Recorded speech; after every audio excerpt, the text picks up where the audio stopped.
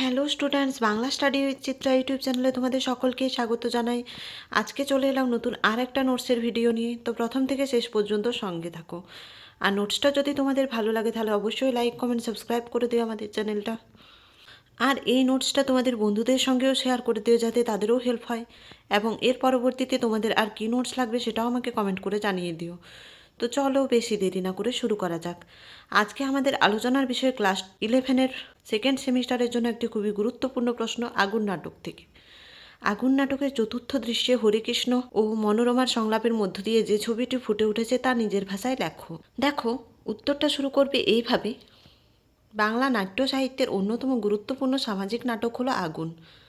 এই নাটকে লেখক সমকালীন সমাজ ব্যবস্থার অসঙ্গতি, দুর্নীতি ও সাধারণ মানুষের দুর্দশাকে বাস্তবধর্মীভাবে তুলে ধরেছেন। আগুন নাটকের চতুর্থ দৃশ্যে হরিকৃষ্ণ ও তার স্ত্রী মনোরমার সংলাপের মধ্য দিয়ে এক মধ্যবিত্ত চাকরিজীবী পরিবারের দৈনন্দিন সংকট, অভাব এবং সামাজিক অবিচারের নির্মম ছবি ফুটে ওঠে।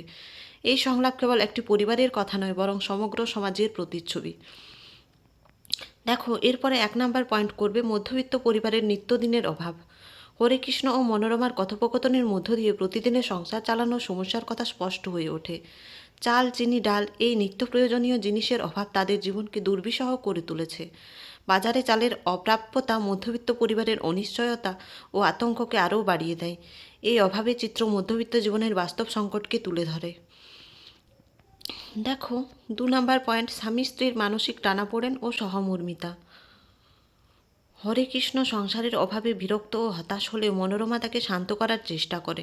মনোরমার সংলাপে ধৈর্য, বাস্তববোধ ও সংসার রক্ষার চেষ্টা লক্ষ্য করা যায়। এই সংলাপের মধ্য দিয়ে দাম্পত্য জীবনের মানসিক টানাপোড়েনের পাশাপাশি পারস্পরিক সহানুভূতি ও বোঝাপড়ার ছবি ফুটে ওঠে।